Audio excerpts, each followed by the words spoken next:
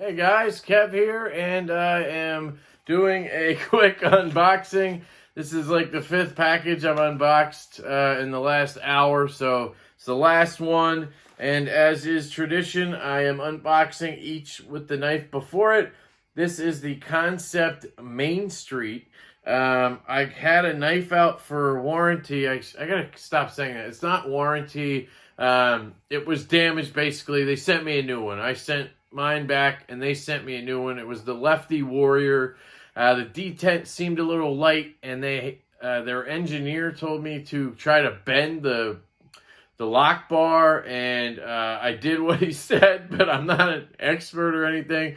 And I left the inlay on it. I took the knife apart, obviously, but I left the inlay on it. And do I have it here? So when I took it apart, I left this marble carbon fiber inlay on, and when I bent the clip, or when I bent the lock bar in a little bit to add some lock bar pressure to help with the detent, it kind of messed up the seam here on the transition, and then they said they would just send me a new one, which I think they probably should have just done that right away, but they wanted me to try to fix it. So it was kind of communication error. I should have said I'm not an expert. I haven't really messed with detents before, but you know, whatever. It's all taken care of now, and they just kind of like threw this in. This was in the package when I got it back, so really cool of Concept to do that. It's a really tiny little guy. I just could Spidey flick it. Look at that. Pretty cool little utility knife called the Main Street. It's a Dirk Pinkerton design. Just interesting. But anyway, I have a package of Asher knives here. So this should be, yeah, this is a really good cutter, guys. So the Concept Main Street, very intriguing. I wonder how much it is, and I don't know what the steel is or anything. So I'm going to be looking into that. Real quick background with Asher. I have, a sort of relationship with them. I talked to Justin. He runs Asher Knife Co. He actually named it after his son, Asher. His name is Justin, and he's a fellow lefty, so he tries to include us when he can on designs. There's some where you just can't do it, but most of his knives have a reversible clip, you'll see here. And I got this Asher Spiro in, right? I had the prototype that he sent me in the summer to kind of check out and give my thoughts on. And then he ended up turning that into the production run, which is awesome. He made very good improvements on it. It has smooth, contoured G10. Really cool. Anyway, when I got this one, I noticed the detent is a bit light. You see how it just kind of flops out there? And I'm hoping that's kind of a lemon type issue. If there is one in the bunch, I will always get it. It's just how it works. But he sent me a new Spiro, and then he also sent me a Framelock Nomad. So the Asher Nomad here was one of the first knives he came out with. It has the crossbar lock, aka axis lock. This one's on bearings, and it is stupid smooth. It has G10 and a white backspace, so really cool. But he turned this into a liner lock, so I'm interested to see how that goes. So let's get into it here. All right, last packages. Here we go. So first up, we have this is the Nomad. Wow, they look similar. This is a thin knife, and I forgot to mention that. He told me they are stupid thin. This is thinner than a bug out. Look at this. This is my bug out right here. This thing is thinner than a bug out. It is extremely thin. Yeah, it's thinner than a bug out. Look at that. I don't know how well you can see it, but it is just a touch thinner. And this is a frame lock. That's really cool. Compared to the original Nomad, it is definitely thinner than that. So that's cool. Wow, this is an intriguing one, guys. But again, it's going to be a right-handed frame lock. but it does have a reversible clip, and he went ahead and reversed it for me. He's a great dude. He always thinks about that. Interesting. So we have this kind of little bit textured G10 here. We have a G10 backspacer. Man, this thing is thin. The centering looks... No, it looks good. It's always hard for me to tell when it's like half one color and half another. But that centering is good. And we have the Asher thumb studs that you see on most of their knives. Let me give this a flick here. So that was good. It is thin, man, and comfortable. Blade stock is relatively thin. We have a nice tip. Wow, this thing is intriguing. You have a little bit of a cutout here to get to the lock bar. Let's see how that goes. So good drop. Had to give it a little shake there. Interesting knife. It is so thin, guys. It's just blowing me away. So left-handed, I actually can operate this a little better. Getting to the lock bar release is a little hard. There seems to be a touch of lock stick on there, and the access to it is very minuscule. That's a bit of an issue for me. If you see that right there, there's like very little access here. So you have to kind of just shove the meteor. You can't. You have to like shove the tip of your hand in. That's a bit awkward, I will say. If I had my druthers, I would probably cut out a bit here. And I probably will have someone do that for me. But left-handed, it's fine. Because it's, you're just kind of... No, actually, you see here? I can't even unlock it right now. It's stuck. Yeah. I don't know. Interesting. I'll have to play with it a little bit, but that lock bar issue is kind of an issue right now, right out of the bat there. I hate to say that, but it kind of gets a lot of lock stick. So I can't even release it left-handed right now. Oh, there we go. And then you're afraid that this is just going to come down on you when you do it. And then right-handed, you got to really get in there with something. I don't know. Interesting. I'll definitely be playing with this a bit, and, I'll get, a better feel for it. I'm always really picky on an unboxing, guys. You know that. It flicks really well, and the action's pretty good. It's not, like, drop shutty like some of theirs are. I think that's because the D10 on this one is a little bit stronger, which is good.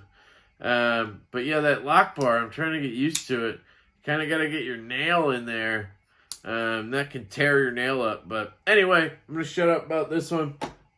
And let me get the Spiro out. So there's a couple extra screws in here, it looks like. I think he told me that when you reverse the clip, you need longer screws. So that is a thing. And I'm going to put this Spiro away because I don't want to forget which one's which. Hoping I'll be able to tell by the detent, but we shall see. So here is another Spiro. Oh, I'll be able to tell by the thumb studs. Perfect. So the thumb studs are different on this one. This one has the standard thumb studs, and this one has the, I guess he calls them upgraded, these bigger studs. So we'll see the differences here. So we've all seen this one before, Contour G10. Again, he went ahead and reversed the clip for me. Thank you, Justin. And let's check the detent. Okay, let's check the action. Oh, that's smooth. Detent to the brake. Yes. Okay, this is totally different, guys. Yes, this is just like the original, the prototype I had. Oh, yeah, this is perfect. This is what I wanted, guys. Spidey flick. Yes. Okay. So, I'm going to show you what I was talking about. Vindication, people. I don't look crazy anymore. All right. So, on this one, if I go to the brake, right, to where it breaks, it just kind of flops out like that. And you can easily just kind of like roll it out. And you know, if you give it something, it shoots out. But you saw what I was just showing you, right? On this one, if I go to the break point, I was holding it kind of weird. Break point, it flies out, right? It's just completely different, and I'm not going to be able to roll this out very easily. It kind of popped out there, right? You see how it kind of like, I go to roll it, it shoots out a little bit, and then I catch it, and I roll it the rest of the way. This one, I can just roll the whole way out, and I can just kind of flop it out like this. I can't do that with this one. I can't just kind of barely pop it out. It shoots out. I much prefer the D10 on this guy. I am super stoked to have this one. Thank you, Justin, for believing me and sending me a new one to test my theory on. Another thing I could show you right now is this. I'll probably get it out at some point. Okay, you saw that, right? And that wasn't me faking anything. This one, I barely need to do anything. And it just shoots all the way out. That is case in point, people. I have proven my case. The defense rests. Awesome. I am stoked to have this guy. Now I kind of want this one with these thumb studs, because I really do like these thumb studs. But these are press fit, so I don't think I can do that. Maybe I could have somebody do it for me, but these are fine. But they are kind of small. I like these upgraded ones. Interesting. I think he left them off on this one because he thought maybe that had something to do with it. That they were heavier and it kind of messed with the D10. I don't think that was the case. But I kind of get why he left them off. But dude, this is awesome. Now I really understand why people are loving this knife. You guys know I'm a D10 snob, and it just makes or breaks a knife for me, which is why, you know, I'm so picky about it. So I know it's kind of stupid sometimes, and I sound ridiculous, but I really like this knife, and this just makes me like it even more. Excuse me. So I will be contacting Justin and see what he wants me to do with this guy here.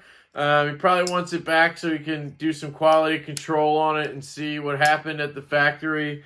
And I am stoked to have this one in. And we also have the Framelock Nomad here, which is an interesting knife. I don't think it's for me just because of, you know, that lock. I literally can't unlock it. It's like stuck in there.